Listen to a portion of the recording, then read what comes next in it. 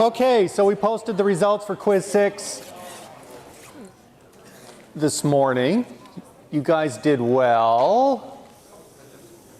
Right, the mean was a little lower than last week, but pretty high. A's, B, lower grades. Okay, midterm is Friday, and we're going to have one more quiz a week from Friday, quiz 7. And then we're done. We're winding down. What we'll do is we're going to review in detail what's going to be on the midterm on Wednesday. I'll walk you through it problem by problem and review that material for you. What will not be on it for sure are these two topics from chapter 19 right at the end. All right, polymerization and photochemistry, we're not going to get to those two topics. But I think everything else in chapter 19 will be included. All right, we're going to get right up to section 19.8 by the end of the lecture today. Okay, so we're in the final stretch. There's just 7 lectures, including this one, left, and we've just got one quiz left. But most of the points in this class are still to be decided. We have a 200-point final. We have a 100-point midterm. And we still have one quiz left. So this is these next 2 weeks would be good weeks to focus on doing well in the class, because it could make a huge difference to you. I mean, so far we've basically decided for most of you what your quiz grade is going to be for the quarter. Just got one quiz left, all right, and since you can drop 2, you've come close to locking in your quiz grade. You can still affect it with quiz 7 a little bit. And you've taken midterm 1. All right, but we've got 300 points in exams left in the course, and so it's tempting to think that we're coasting into the summer vacation period, but in reality, now is the time to do well. All right, so we're going to certainly do a good job of reviewing this midterm 2 for you on Friday, so you know exactly what's going to be on it. So what we're going to do today is we're going to talk a little bit about Arrhenius. Arrhenius developed a phenomenological equation that we find very useful in chemistry. It's used virtually all the time by people doing all kinds of chemistry, and so it's very important to us, but it's really a phenomenological equation. Hopefully by the end of the quarter we'll understand where it comes from. Then we're going to talk a little bit about consecutive reactions and the steady state approximation. This is very important. This is right in chapter 19. And there will definitely be a problem on midterm 2 that involves this topic, because it's one of my favorite topics. And then we're going to talk about the Langmuir-Hinshelwood mechanism, which is a complicated mechanism for unimolecular reactions that exploits the steady state approximation. The Langmuir-Hinshelwood mechanism. Okay, so Arrhenius is a Swedish guy. And we already know he created a definition of acids and bases for us that involves proton donation and hydroxide accepting. But for the purpose of kinetics, he recognized the relationship between temperature and reaction rate. He recognized a trend in the scientific literature for the temperature dependence of reaction rates that other people hadn't noticed. And so we'll say more about that in a second, but he also discovered the greenhouse effect. Most people don't appreciate that. Here's the Arrhenius equation that relates the rate constant for a reaction to the temperature. But he also figured out the greenhouse effect. In 1896, and this is the paper that he wrote, a great deal has been written on the influence of the absorption of the atmosphere upon the climate. So he understood climate change in 1896. Tyndall in particular has pointed out the enormous importance of this question. To him it was cheerfully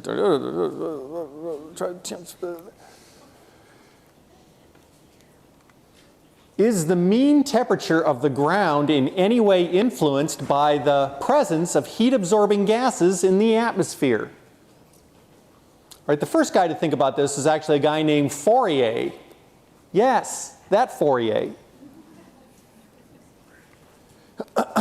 But in this paper, actually, Arrhenius works out the expected temperature change for the known concentrations of things like CO2 in the atmosphere, and he gets a decent answer for the amount of warming that should occur. And it's just really amazing that you could even make that calculation in 1896. Right? On the influence of carbonic acid in the air upon the temperature of the ground. Amazing. All right, that doesn't really have anything to do with kinetics, but this equation does. All right, this is the famous Arrhenius equation. And so what we have here, this EA here, that's something called the activation energy, and we haven't talked about that yet, but we will before the end of the quarter. And A is a pre-exponential factor, obviously, it's before the exponential, all right, but it's also called the frequency factor. Its units have to match those of K, obviously. All right, but what this equation predicts, oh, first of all, this activation energy, there's some product state, there's some reactant state, and in between the product and the reactant state, there's an energy barrier that has to be surmounted. And up at the top here is something called the transition state. It's the state of the reactants when they're halfway to becoming products. All right, that's the so-called transition state, and that's a high energy state for the system. In fact, it's the highest energy state for the system as it progresses. From reactants to products, you have to get over this peak, and at the very top of this peak is the transition state by definition. And so the height of this energy barrier here with respect to the reactant state, that's the activation energy. And we're not going to really say more about it right now, but I just wanted you to know where that comes from.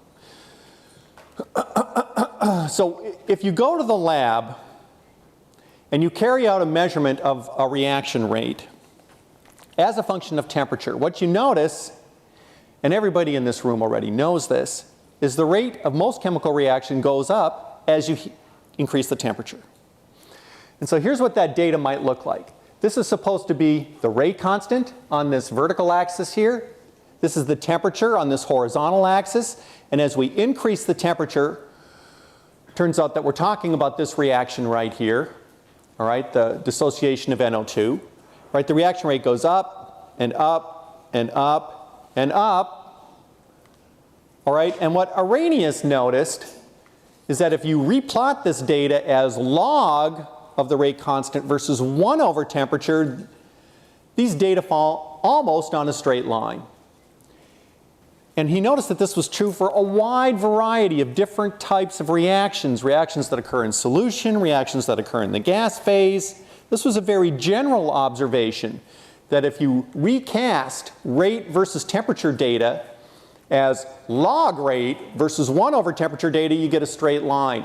And this equation explains why that would be the case, right, if chemical reactions adhere to this functional form. Because if I just take the log of both sides of this equation, I get log K equals log A minus EA over RT. And so you would expect a plot of log K versus 1 over T to be a straight line with a negative slope. And the slope is going to be minus EA over R. And the intercept is going to be log A. And so this would explain phenomenologically only, though, why the data would adhere to this functional form. He didn't explain what this activation energy was in detail, and he didn't explain what A was in detail.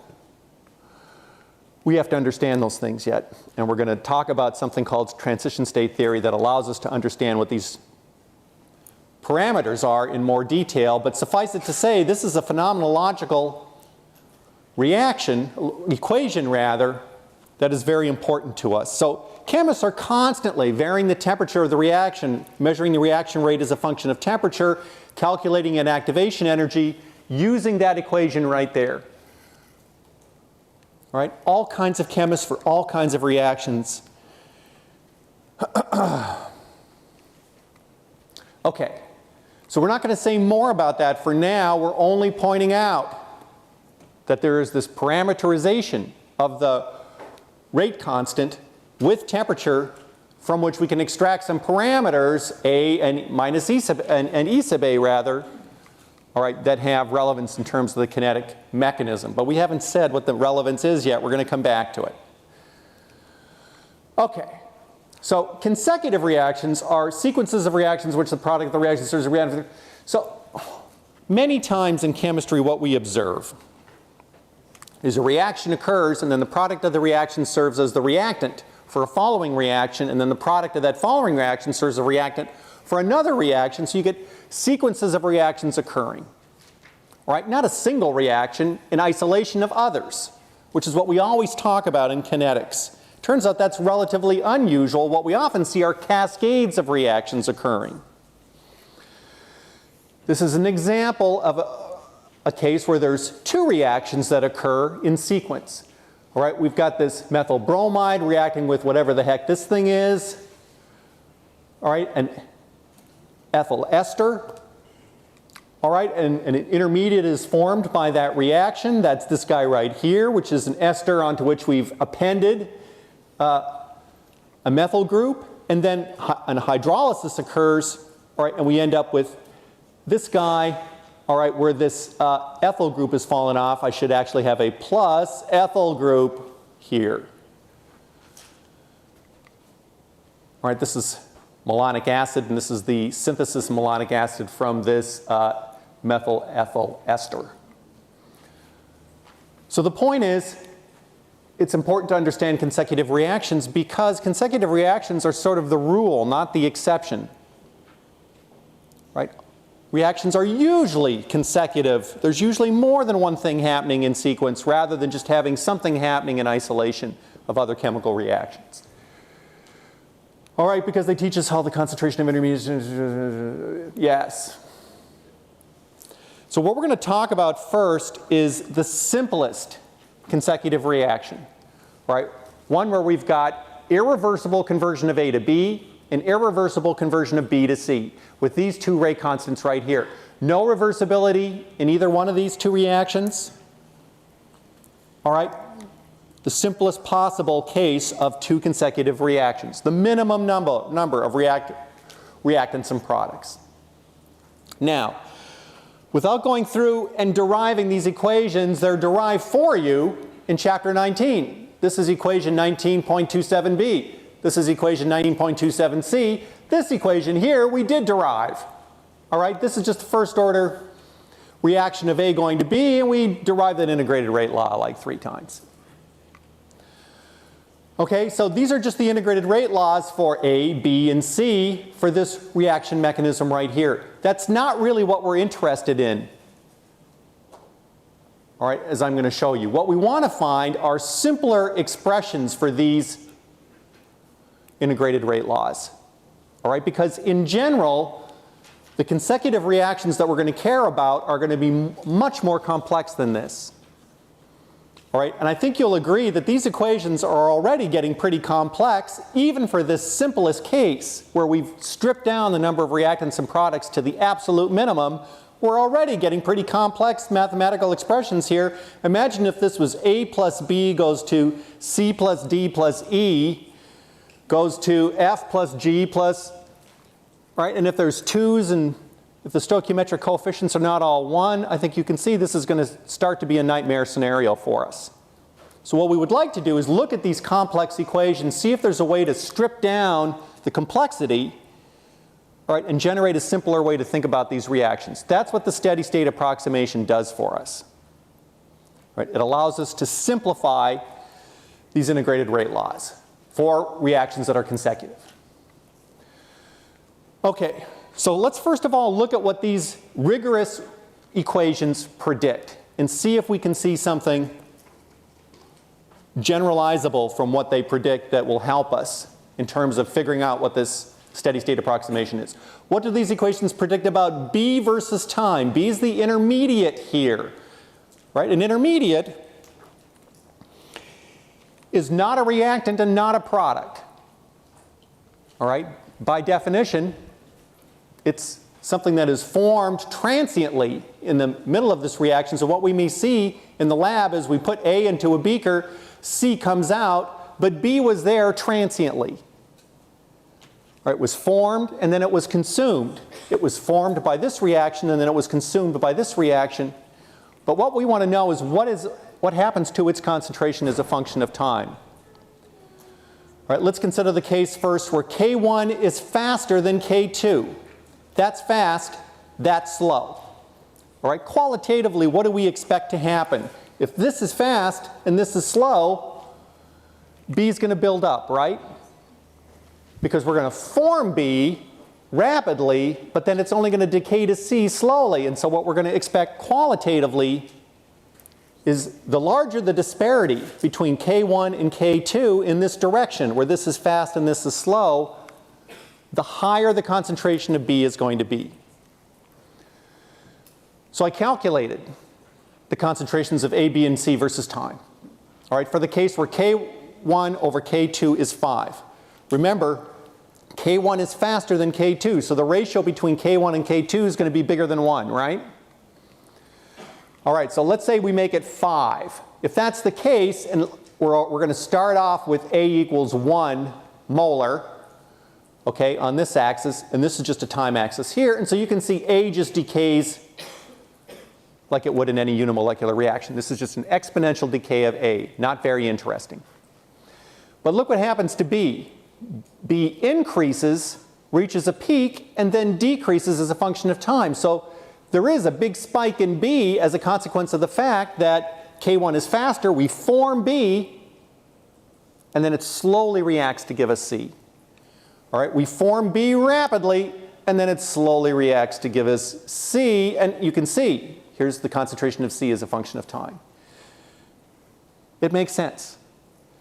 Now, if we change this ratio to make it bigger, now I've made K1 faster relative to K2, you can see B gets bigger. Here's where it was, here's where it is now. All right, the concentration of the intermediate builds up more if I make K1 versus K2 faster. And this is K1 over K2 equals 20, bigger yet. Here's 10, here's 20. Okay, so qualitatively, these equations tell us exactly what we expect intuitively. We expect as we make K1 faster versus K2, we expect the buildup of this intermediate to be more and more prominent. We expect the peak concentration of the intermediate to go up and up and up as we make that number bigger. Oh, that's 20, that's 50, I think you get the idea. Now, let's look at the other possibility. Right, if we make K1 slower than K2, what's going to happen? Right, we slowly form B and then B reacts quickly. Right, under those conditions, we don't expect B to build up very much. Right, we slowly form B and then as soon as we form B, it reacts fast.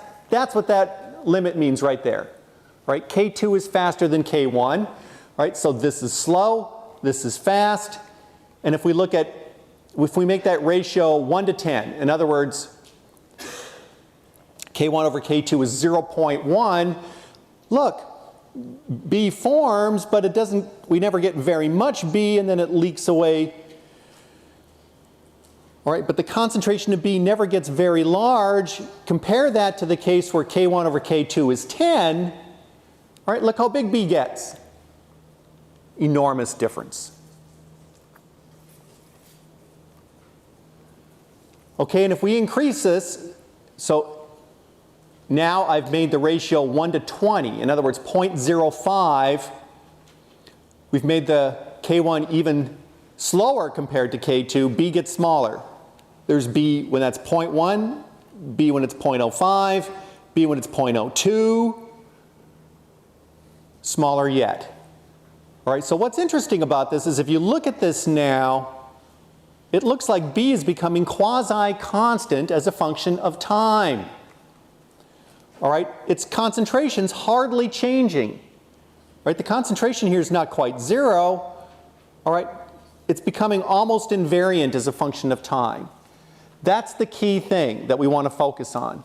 All right, so there's an assumption that we can use, that we can bring to bear on reactions like this, that allow us to simplify the mathematics enormously.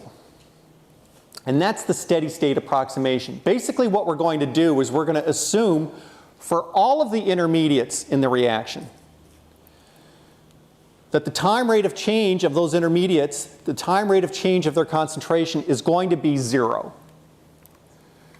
So here, the time rate of change of B would be 0. That's the steady state approximation. What does that do for us?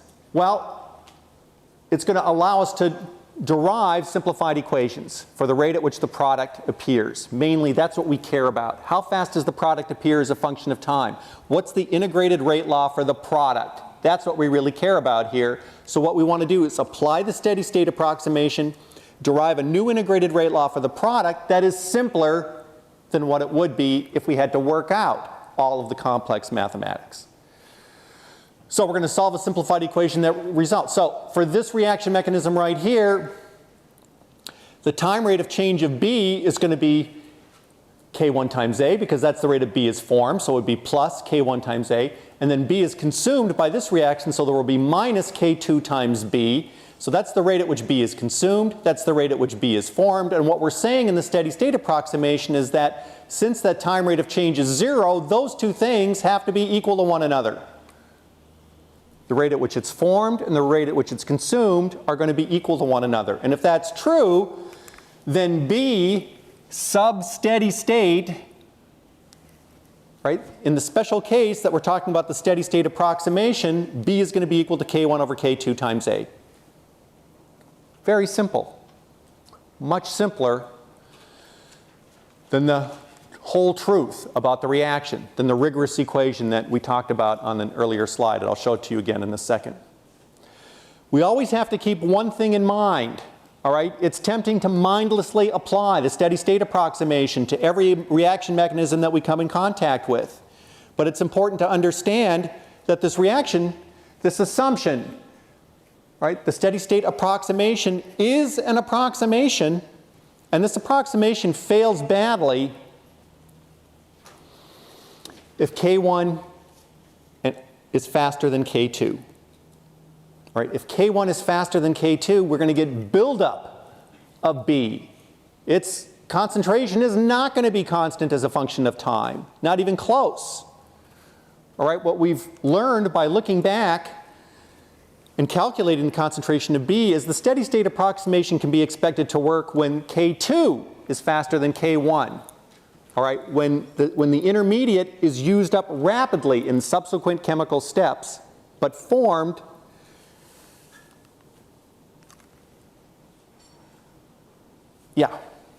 in other words, this is the case when K1 over K2 is small. K2 is fast and K1 is slow. Okay. So, to reconcile this equation with this equation right here, we insist that K1 be much, much less than K2. All right? If that ratio approaches 0, why, these two results can be reconciled with one another, right? This one says the time rate of change of B is 0. This one says the time rate of change of B matches the time rate of change of A, just ratioed by K1 over K2, right? But if K1 over K2 is 0, then the concentration of B is going to be very low at all times. All right? That's really what we're assuming in the steady state approximation. And when we deviate from that assumption, the steady state approximation is not going to work very well. Let me show you that. Note that this is, yes, I just pointed that out. Okay. So, this suggests that an expedient method for dealing with such reactions, we call it the steady state approximation, solve simplification. Yes. Okay, so here is the integrated rate law for C. All right. If this is the concentration of B, all right, then we know C is just equal to K2 times B, right?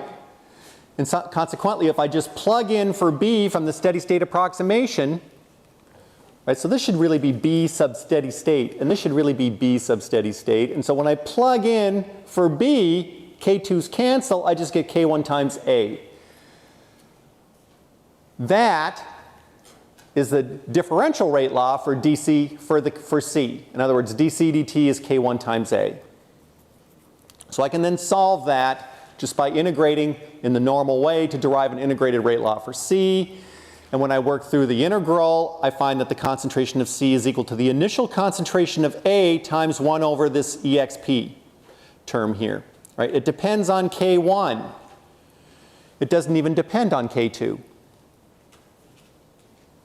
All right, so this is the new integrated rate law, subject to the assumption that we're applying the steady state approximation. All right, so here are the integrated rate laws that we have from the steady state approximation. This is the one that we derive directly by thinking about the steady state of B by setting dB dt equal to 0. We derive this equation directly, and then this one has never changed. It's just the first order integrated rate law for a unimolecular reaction of any kind. That one's always the same as it is here, same as it is here.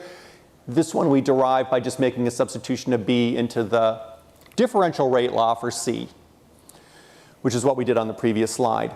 I submit to you that these equations are a lot simpler than these equations, but the degree of simplification here is tiny compared to what it normally is, right? Because we're talking about the most elemental sequential reaction mechanism possible right now, right? As you make that A goes to B goes to C, as you make that incrementally more complex, these mathematics get exponentially more complex.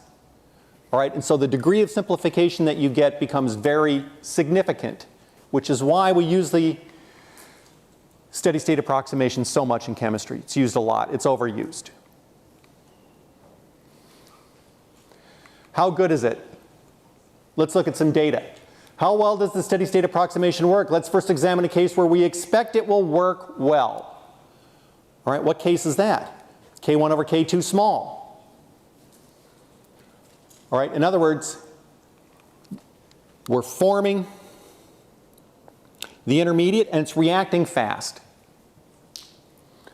All right, we looked at this data before. The dashed lines are the steady state approximation. The solid lines are the full and correct answer, right, for the concentration as a function of time. All right, this is just the concentration of these three guys as a function of time as before. All right, check this out. This dashed line here almost falls on top of that solid line. We've got excellent agreement. This green data here, by the way, is the one that we care about most. We want to know what the product is doing as a function of time, right? The product concentration. We're going to use the steady state approximation to get at that. And here we're going to do a great job. All right, we got an excellent fit of the steady state approximation to the true answer. Look at what the steady state approximation predicts for the intermediate. It's killing it. It's right on top of it. All right, and of course it's doing a good job for the reactant as well. All right, so the steady state approximation works great here. It works great because that's much less than 1. Now let's make it worse. All right, let's make it a little bit bigger. Now we're not killing B quite as well. It's a little bit hard to see. A still looks great. C looks pretty good, but not quite as good as it did here. It's kind of hard to see that there's a difference, but it's still doing a pretty good job, don't you think? All right, we care mostly about this green curve, and the dashed line here is almost right on top of that green line. Not quite now. You can see a little bit of daylight there, but not much. All right, so the steady state approximation is still working pretty well here. Now, what if we make this 10? In other words, we're going to start forming the intermediate faster than it gets consumed. Right, this is a case where we expect the steady state approximation to fail. All right? And we're going to remember that, even though nobody else does. Even though other people use the steady state approximation indiscriminately, we will not do that. We will always remember that this is a case where the steady state approximation really shouldn't work very well, doesn't work very well. What am I talking about? Check this out. here's the dashed line from the steady state approximation for the product. Here's what the product concentration is really doing. That's a pretty big delta. All right, that doesn't look like it fits that very well at all. All right, and the intermediate,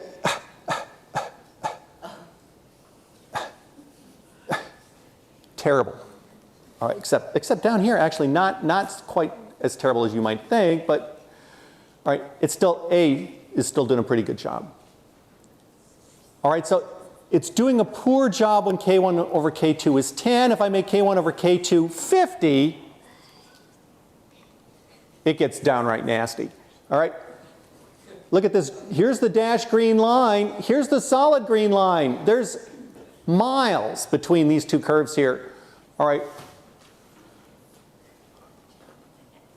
And many people will apply the steady state approximation without any qualms at all to cases that conform to these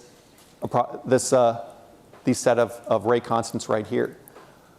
All right, so you have to be careful that the intermediate is not building up, because in that case, it doesn't make any sense to apply the steady state approximation. All right, so for the steady state approximation, what do we do? All right, if we want to apply the steady state approximation to the to some kinetic mechanism, all right, for a sequential reaction. First of all, we write the rate law for the process. I'm talking about the process that generates product, usually. It's usually what we want to know. In other words, in this case, dC dt is K2 times B, right? That's the rate at which C is formed. Then what we do is we ask, are there intermediates in this rate law? Identify them, and then apply the steady state approximation to all of them. Here we can find an intermediate. It's right there. All right, and it shows up in the differential rate law for the formation of product as well. Perfect. This is a great candidate for the application of the steady state approximation. Then what we do is set the time rate of change for these intermediates to 0. In this case, dB dt is equal to 0. And then we write equations for the creation and consumption of the intermediate, equate these, and solve for the steady state concentration of the intermediate. That's what we did here. All right, so I set the time rate of change of the intermediate to 0. And then I said what that means for this reaction mechanism is that the rate at which B is formed has to equal the rate at which it's consumed. Right? These two rates have to be equal to one another. Now I just solve for the concentration of B. Right? You solve for the concentration of the intermediate. All right, and inevitably the concentration of the intermediate appears in the rate expression for the concentration of the product. And so the next thing to do is just plug this in to the differential rate law for the product. All right, substitute this expression of the rate law for the product. In other words, dC dt is K2 times B. All right, and now instead of being K2 times B, it's going to be K2 times B steady state. And we just plug in what we said is the steady state concentration of B is K1 over K2. And in this case, the two K2s cancel. And that then becomes our differential rate law for C. And we can integrate that to get an integrated rate law if we want to.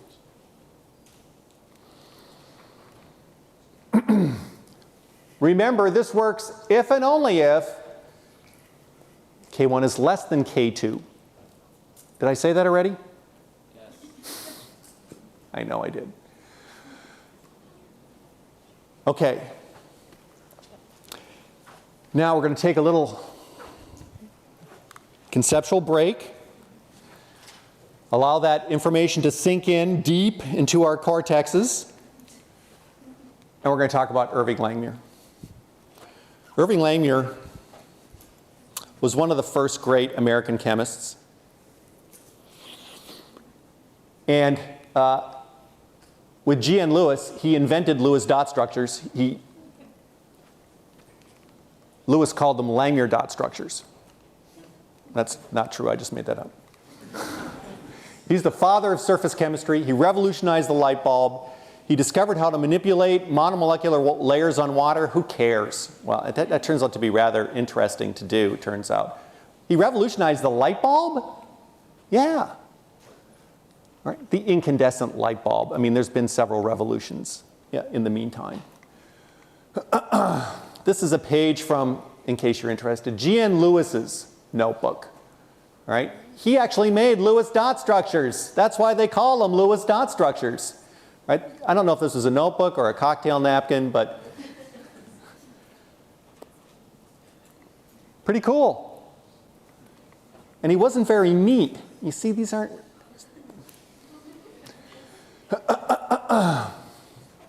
So Langmuir figured out how to make the light bulb work properly. Lots of people had worked on the light bulb. Edison's famous for the light bulb, right? But he wasn't the first one to make an incandescent light bulb, it turns out. There were other light bulbs before his. His worked better. Right? When you think about it, this is an enormously unlikely way to make light. All right? What is this? That is a tungsten filament that is almost so tiny in diameter you need a microscope to see it. And tungsten, what do we know about tungsten? Is tungsten a very stable metal? How does it compare to platinum? It's not as stable. Not as stable as platinum. It's less noble than platinum, right? All right, does it react in air? When you buy a wedding ring, do you want a tungsten wedding ring? Is anyone going to be impressed by that? Maybe she's a chemist. You know, the problem with tungsten is it reacts rapidly and exothermically with oxygen to form tungsten oxide. And so, you know, if you were going to choose a metal to make light with, you might not choose tungsten. And in fact, Edison didn't choose tungsten. He chose carbon. All right, the original light bulbs were carbon. They only lasted 40 hours because carbon filaments don't like oxygen either. All right, and then a guy named Hiram Webster figured out how to make really, really good carbon filaments at General Electric back in like 1897. And he made carbon filament light bulbs that lasted 100 hours. Right? These were the king of carbon filament light bulbs. But they only lasted 100 hours, and 100 hours really wasn't good enough. I mean, that was like a couple of months at most, and your light bulb had to be replaced. And at that time, these were not cheap. Until 1906, all light bulbs had carbon filaments. So it turns out Langmuir was not the guy who figured out that you should use tungsten for this filament. There was another guy at General Electric in 1908 who did it first. He made tungsten filaments. Why tungsten? Especially in view of this. What makes tungsten special? Anybody know? Tungsten, turns out, is the best at something. No. Heat capacity? That's a good... I like that answer, but that's not the correct. What problem are you going to have when you... Think about this. I'm going to put 100 volts across this filament that's the width of a human hair. All right, what problem am I going to have? I mean, the filament's going to get hot, right? Melting. Did you say melting? Yeah. Melting. What else is going to happen?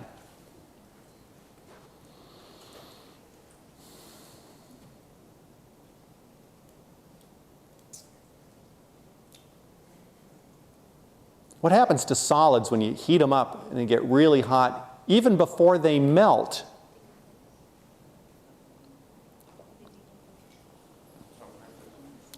Let's say that it doesn't decompose somehow. Because yes, that's the first thing that you'd expect. Right? But let's say it doesn't decompose. It could still fall apart. How? What? What about sublimation? What's sublimation? Direct transition from the solid to the gas phase, right? Metals sublime. All right, so it turns out tungsten does have the highest melting point of every metal in the periodic table. All right, and it has an extremely low rate of sublimation. All right, and so the problem with tungsten was that when you turn on the light bulb, as soon as you turn on the light bulb, the tungsten would start to sublime onto these glass surfaces here, and it would turn this light bulb black. Right, so the day you buy this light bulb, you screw it in, it's clear. 2 weeks later, it's starting to turn gray. 2 weeks after that, it's getting darker. And so the amount of light that comes out of your light bulb just decays exponentially as the inside surfaces of this light bulb get coated with that. All right, because what happened is the tungsten would evaporate onto the light bulb, and then this tungsten filament, this tungsten film would react with trace oxygen and water, all right, and it would coat the inside of this light bulb, turn it black. So Langmuir solved that problem. All right, he solved the light bulb turns black problem, and he solved the so when he solved the light bulb turns black problem, he created another problem. Right, his filaments didn't last very long, and he had to solve that problem too. So just to make a long story short, what he did is he filled the inside of this bulb with nitrogen, and it turns out that the reason these tungsten light bulbs were turning black is it's because of this reaction here, but the reason that the tungsten was sublimed onto the surface of this glass was because it was reacting with trace water that was inside the light bulb. All right, and that formed the tungsten oxide, and it's actually the tungsten oxide that got sublimed onto the surface of this glass, right? Not the tungsten directly. The tungsten oxide actually got sublimed. Metal oxides, it turns out, have much higher vapor pressures than parent metals, usually. Right? Metal oxides, you wouldn't necessarily expect that. So he found out that if he filled this whole thing with nitrogen, got rid of all the water, not only did the tungsten filament last longer, that the surfaces of this glass thing didn't turn black anymore. He had a patent for that. So the way that he made light bulbs is the same way that they're made today. All right? He essentially solved the incandescent light bulb problem. Of course, this is completely obsolete today. Okay. Now, that was supposed to rest your thought process so we can go back to thinking about kinetics. We got 8 minutes. Let me just tell you. He figured out something about how really simple reactions occur. So even a reaction that looks like this can be stoichiometric. In other words, not elementary. Even a reaction that's as simple as this can have multiple steps. Right? How is that possible? Well, as an example, if there's a barrier for the reaction to occur, right? If in the process of going from A to B, A has to surmount an energetic barrier, all right, it can be necessary for there to be an activation of A that has to occur before the reaction can happen. How could that happen? Well, let's say A is in the gas phase. A can collide with itself, and if that collision is energetic enough, you could generate an excited A that has a lot of kinetic energy or a lot of internal energy, and then that activated A could give rise to products. All right, so there's several steps here. A reacts with itself to give an activated A, that's this orange thing. Then, of course, it can deactivate as well. All right, so there's a back reaction. This is just K minus 1, so this is just this going back to this. I've just written a whole new reaction for it here. The activated A collides with another A and loses its energy. That could also happen. And finally, this activated A could give rise to B, products.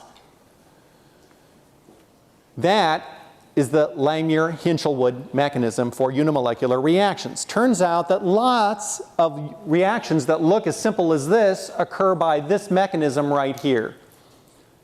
All right, this activation of the reactant by itself, all right, it's activating itself, has to occur before the reaction can happen. right? The Langmuir-Hinshelwood mechanism. Now, where A possesses enough internal energy to fall apart to give B, yes, said that. Why do we bring this up right after the steady state approximation? I think you know the answer. We're going to apply the steady state approximation. Okay? So, let's think about what happens to the time rate of change of the intermediate here. Does everyone agree that the intermediate is A star? How do I know A star is an intermediate? I don't see A star here. Right? It's not a product and it's not a reactant. It's formed during the reaction and then it's consumed in the course of forming the product, isn't it? All right, so the first thing we have to be able to do is spot the intermediate in the reaction mechanism. That can be non-trivial depending on how complex the reaction mechanism is. Okay, then what we want to do is write a differential rate law for it. Right? What's the time rate of change of A? Looking at this reaction right here, I can see A is formed by a second order reaction of A with itself with the rate constant of K1, and so I'm going to write K1 times A squared. That's the rate at which A is formed. Now, can everyone see that I'm going to form, sorry, A star. Can everyone see I'm going to form one A star as a consequence of this reaction? What else can happen? Well, A star can react with A and it can get consumed by this reaction right here, right? So I have to write a term for that. So I'm going to have K minus 1. I'm going to have a minus sign first of all because this makes A star smaller, not bigger. This one makes A star bigger. And what is that rate? It's A star times A with a rate constant of K minus 1. And finally, A star gets consumed by this reaction right here. All right, and so I've got K2 times A star, and that's a minus sign too. That's a minus sign because A star gets smaller, that's a minus sign because A star gets smaller, and that's a plus sign because A star gets bigger. All right, so this is my differential rate law. I got to be able to write that for the intermediate, because the next thing I'm going to do in the steady state approximation is set it equal to 0. So this is just analogous rate law for A. A is consumed by this reaction, formed by this reaction. Those are the only two that matter, so I only need two terms. Why is this minus K1A squared and not 2K1A squared? Because this pertains to this reaction right here. Think about that. And if the answer doesn't arrive, I mean, the short answer is you're only consuming one A in this reaction. It looks like two A's are getting consumed, all right, but you're forming one, and so in reality, you're only losing one A. That's why that's a 1 and not a 2. Okay, and the differential rate law for B is just this. Everyone can see that? Yes, yes, yes. Now, what we're going to do with the steady state approximation is set this guy equal to 0. Here he's not 0. Here he is. And then we're going to work out what the kinetics of the Lindeman-Hinshelwood reaction are. Okay, so once I set this guy equal to 0, he's still equal to that. Now I'm just going to rearrange this equation. I'm going to move the negative terms to the left-hand side and the positive terms to the right-hand side and set them equal to one another. And then I'm going to solve for A star. And then I'm going to plug A star into the expression for dB dt. And this is going to give me an integrated rate law for the Lindeman-Hinshelwood reaction. And I'm going to tell you more about that on Wednesday.